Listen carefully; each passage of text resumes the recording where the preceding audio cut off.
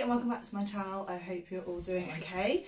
I have got a sleeping baby downstairs. I've just got my baby monitor here, so I'm just watching her. So hopefully she'll stay asleep for a little while longer, but I don't know if I'm going to manage to film the whole of this video or not. We will see. But in today's video, I am going to be talking about a little bit about my feeding journey, and I'm also going to be kind of going over a few of my life-saving bottle feeding tips and hacks and things that I've learned along the way now that I am a formula feeding mum. I had done quite a lot of research into breastfeeding, and I had done a free course from the Baby Academy about breastfeeding because that was something I thought that was something I wanted to do, and I thought I would, you know, kind of be able to do, but it turns out that breastfeeding just didn't work for us. So I had done research into breastfeeding because that was kind of what I thought I was going to go and do, and I had a lot of information from my midwife about breastfeeding because that was what I was going to try.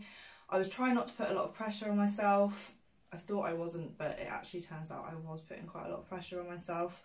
But I didn't really know much about formula feeding, and that then meant that I had to find out and kind of learn as I was going, because I didn't kind of have that information. So in hindsight, I wish I'd kind of done a bit more research on formula feeding as well as breastfeeding, because breastfeeding hasn't worked for us. So just a bit of background story, or a bit of background information.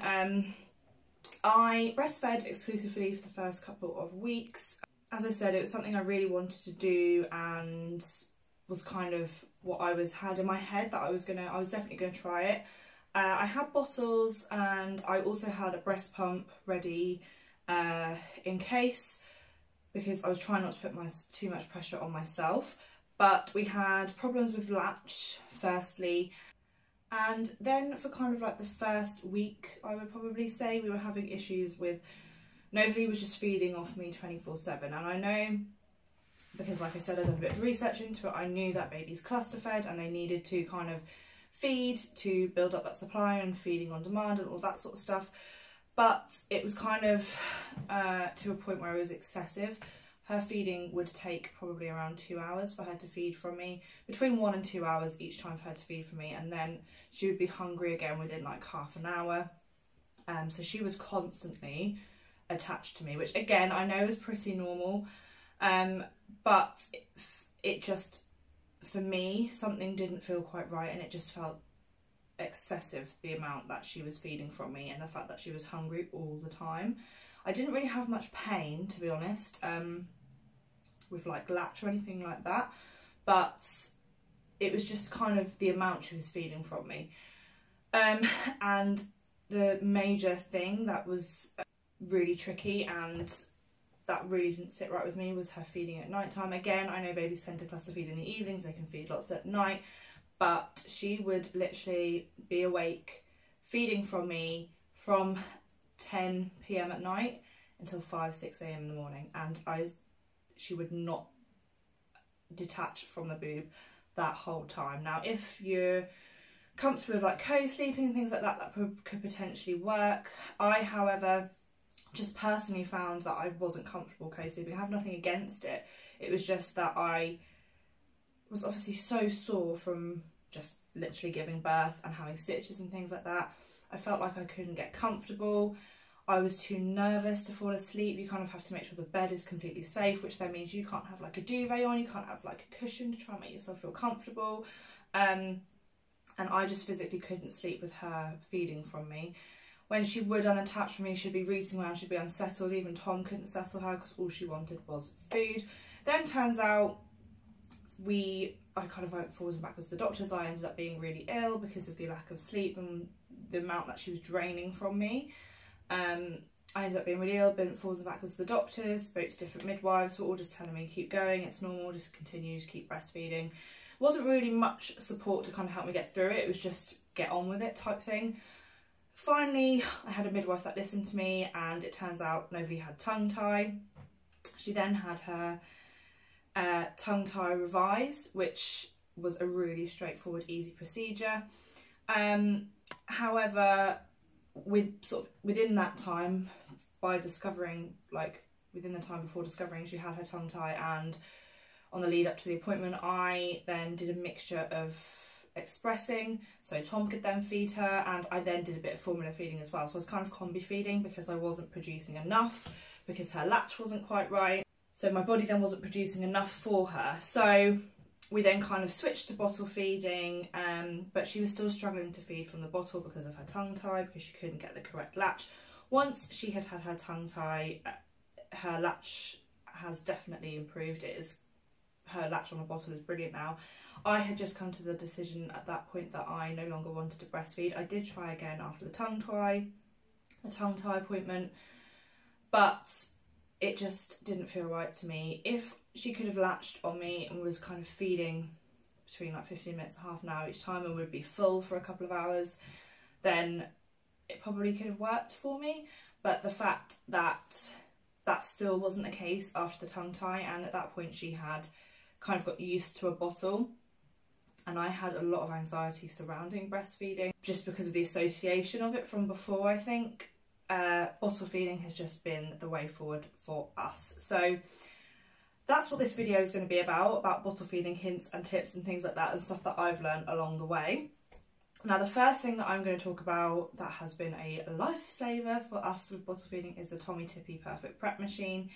It is amazing. I would recommend any bottle feeding mums out there to invest in one, because they aren't cheap, but 100% it is worth the money. It basically looks like a little coffee machine if you don't know what it is. You get your sterilised bottle, and on the top of the prep machine is a dial which you can change to the amount of ounces of a bottle that you would like. So you choose which one you'd like. You then press the button in the middle, and it releases a hot shot of water. This kills the bacteria in the formula, in the powder.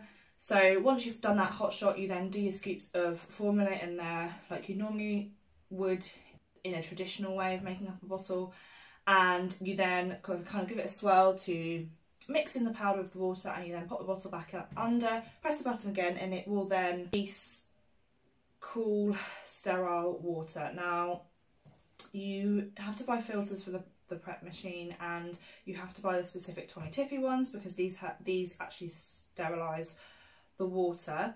I also personally put cool boiled water into the tank as well. It doesn't say you need to do that, you can just use water straight from the tap, but just to have an extra precaution in place, I use cool boiled water just because it's just a personal preference, and it just makes me feel reassured that it's definitely sterile water that is going in there, because it's not at a boiling temperature, you know, at the time. So it mixes those two together, mixes the hot water, the hot shot, and the cool sterile water, and it creates your bottle at the perfect temperature for your baby to take straight away, and it's literally done in a matter of minutes. It is amazing. The traditional way of making bottles is so time consuming, and because you're advised not to make up bottles and leave them for the day, which I know like my parents used to do when we were younger, but it's advised not to do that now. If you want to do that, you know, it's your judgment call, absolutely fine. But for me personally, I was kind of going off the advice of the midwives and didn't want to do that. So I've gone for a prep machine, and it has been a lifesaver. So that is the one thing that I would say, if you're not going to make your bottles of formula up for the day and kind of your baby won't take them cold, and you want something really quickly when you've got a screaming, crying, hungry baby, the prep machine is amazing. So for when I'm out and about, I use the ready-made formula. So I use Aptamil. Everybody seems to get on really well with it. So I then use the Aptamil little ready-made formula bottles. Now, I'm pretty sure every brand kind of does this. They'll have the powder version and then the ready-made version. This ready-made formula I think is amazing because it is great for when I'm out and about. I literally just take that with me. I take a couple with me. You then take your sterile bottle with you as well, and then all you do is just literally pour your ready-made formula into the bottle, give it a shake, pour it in, and you are good to go. You can heat it if you want to, if your baby wants it a bit warmer, but Novely will take it at room temperature. So that is amazing. I don't have to be kind of faffing around. I haven't pre-made bottles, and what I'll then do is I will give that to her. That will last then for 2 hours in that bottle.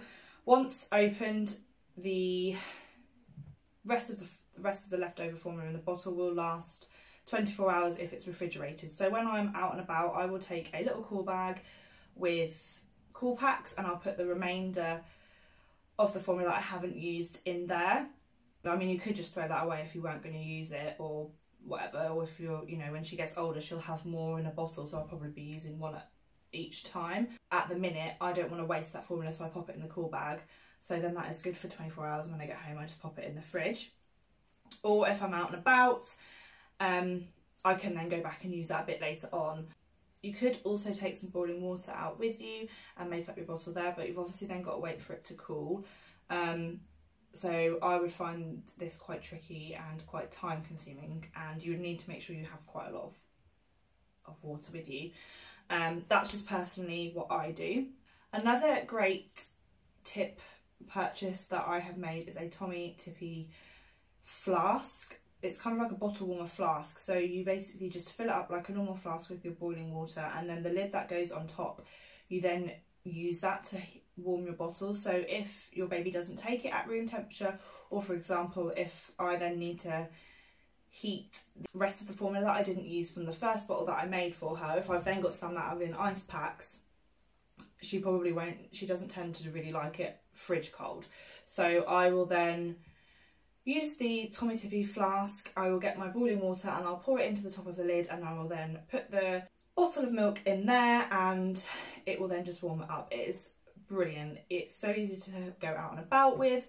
The water in there stays, the boiling water stays hot for hours and hours and hours, and you can really easily heat a bottle. Another way that I sometimes make a bottle up, if I'm going to like my parents or Tom's parents and I know I've got access to a kettle and boiling water, what I will do is I will fill that Tommee Tippee flask with cool boiled water, and I will take some formula out with me. So then when I get to wherever it is, my mum and dad's, Tom's parents, wherever, I will then boil the kettle, and I'll basically do what the prep machine does. So I will put a little bit of boiling water in the bottom of her bottle. I'll put my scoops of formula in, whiz it round, and then top it up with the cool, sterile, boiled water from the flask. What I will say though, which is something that I didn't know about prior to bottle feeding, is that the ready-made formula has a laxative effect to it, is what I've been told. And I have noticed this. So if I'm out and about and Novalee has 3 ready-made bottles a day, and then the next day I'm at home and I don't use any ready-made, it can then make her a little bit constipated because she's used to having that ready-made. So a little tip, if your baby is kind of struggling with that, what I do is I make sure I give her 1 ready-made bottle a day. So even if I've got a day at home, which doesn't really happen very often, to be honest, as I'm normally out, it's not very often I have a full day at home, but if I do, I just make sure she's had at least 1 bottle of ready-made formula. And if I kind of notice she's getting a little bit constipated or hasn't been to the toilet for a couple of days, I'll just up her ready-made. But I wasn't aware that the ready-made formula had a laxative effect, so that might help you with your bottle feeding babies if that is something that you might notice as well. Another thing for bottle feeding that I have learned as well, Tom and I just seem to be making things harder than they had to be when we first started feeding, because we weren't really sure how it all worked. We use a cold water steriliser, and I bought some Tesco sterilising tablets which I was using in there, but it says on the packet that you need to rinse your bottles after using that with cool boiled water. So we were then having to, after all of the bottles had been in the steriliser, we were then having to rinse them with cool boiled water. So that was just an extra step that we were having to do. We were also getting the bottles out of the steriliser as and when we needed them. Whereas actually we've now learned that the bottle will stay sterile for 24 hours. So once they've been in the steriliser for 15 minutes, we whip them out, and make them up and pop them in the cupboard, so then they're good for 24 hours, and we know we will use those bottles within 24 hours because we always get through them. What we have now also done as well, we are not buying the Tesco sterilising tablets. We've actually switched to Milton tablets because you don't have to rinse them after use, which is great. So that's another step that has been taken away, and another kind of stress that we don't need when bottle feeding, just to make the process a lot quicker. Anything to make bottle feeding quicker and easier and less time consuming is definitely what we need. It's just, breastfeeding is easier in the fact that you don't have to worry about all this sort of stuff. So to make bottle feeding as stress-free and as quick as possible is just great. So I've been kind of taking, and you kind of learn as you go along, but I've kind of been trying to take on like tips and do a little bit of research for things like that as well. Another thing that I would say that is a necessity when bottle feeding is a bottle cleaning brush. The one we have got is like a silicone bristles, so it's really sterile, it's really easy to clean, and it also has the little bit on the bottom which you can use to clean the teats, which is just brilliant. The teats on the bottles when you formula feed can get all like congealed milk in them, so you just need that bit just to get in there and really clean the teats. That is something that I would highly recommend anyone that is bottle feeding to get, is to use a bottle cleaning brush. The last thing I will just kind of touch on, which I think is kind of quite self-explanatory, but is bottles. I didn't buy loads and loads of bottles to start with because I didn't know if I was going to bottle feed, and I didn't know if she would get on with those bottles. We went for the MAM bottles, and they're anti-colic. They are recommended really highly by a lot of people, and I really like them. Novely has got on really well with them, so once we knew that she liked that bottle and we were getting on well with it, we've then purchased some more. So that's kind of my tip, is just to make sure you have loads of bottles, so you're not having to wash and sterilise them all the time. You only need to do it maybe like once or twice a day, so you've always kind of got like a bottle there. The great thing with the MAM ones as well, they're self-sterilising in the microwave, so you can pop them, you can do this kind of cool little thing with them and pop them in the microwave for 3 minutes and they will be sterilised. So if you're in a rush and you need your bottle sterilised quickly, they're really handy. Also, what we learned along the way with Novely's feeding was that with her tongue tie and latch and things like that, once she had her tongue tie revision done, she was feeling a lot better. But because she was also used to being breastfed, we found that even the number 1 teats were a bit too fast for her, so she was sometimes struggling to kind of keep up with it. We were doing like paste feeding and really making her kind of sit upright and things like that. So I actually did some research, and they, MAM and I think most brands, make like a size 0 teat. These were kind of called like premature teats or like size 0. So they're a slow flow teat basically, and she has got on so much better with those. Again, I just bought a couple off Amazon to start with, and then once I knew they were working, I then bought more, and that's what we're using, and we're still using those now because she's still getting on really well with them. And once she kind of, I've been told by a lady from the infant feeding team, once she's kind of, you can see she's sucking a lot more, and her kind of all the muscles and the sucking has got a lot stronger, you can then move on to the next size teat. But at the minute she's getting on really well with that. We've now noticed that she doesn't choke on it anymore, she can regulate it. We don't have to do the paste feeding anymore. We still sit her up just to help a little bit with reflux, but we don't have to paste feed her anymore, which is brilliant. Then just probably the last thing I'm just going to touch on with bottle fed babies is, and I think with breastfed babies as well, it doesn't mean just because they're breastfed they don't get wind, but bottle fed babies tend to probably get more wind because they can intake more air. So I make sure I give her a good burp and a good winding after she's had a bottle. Sometimes she won't burp and you could be going for like half an hour and she still wouldn't do it. So you sometimes just have to call it quits and not worry about it. But I just try and make sure I give her a good wind afterwards, and I sit her up for a little while after her feed. So I give her probably around 10 minutes, just keeping her a little bit upright. I don't just lay her down straight away, or I don't go and put her on a play mat straight away. Just give her time for like that milk to go down and hit the stomach. And now she's getting a bit older, the muscles kind of get a little bit stronger and their digestive system starts to work a lot quicker.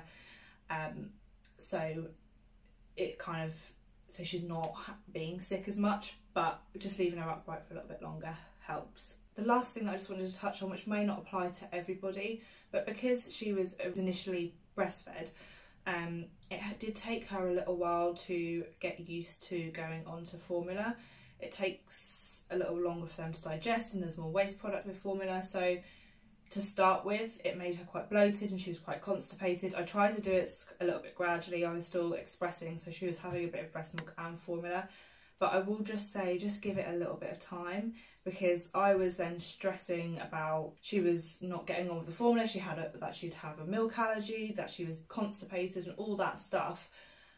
But I think her body just needed a little bit of time to settle and just get used to that formula, and definitely making sure she has one ready-made formula a day, because I'm not going to stop using it. I'm going to continue to use that when we go out and about, because I find it the easiest. It is slightly more expensive, but to me, for the ease, it's just worth it. Having that kind of ready-made formula once a day does help keep things moving for her as well. But just give it time and try not to stress about it too much. I was worrying unnecessarily, and she seems to be getting on really well with it at the moment as well, so that is brilliant.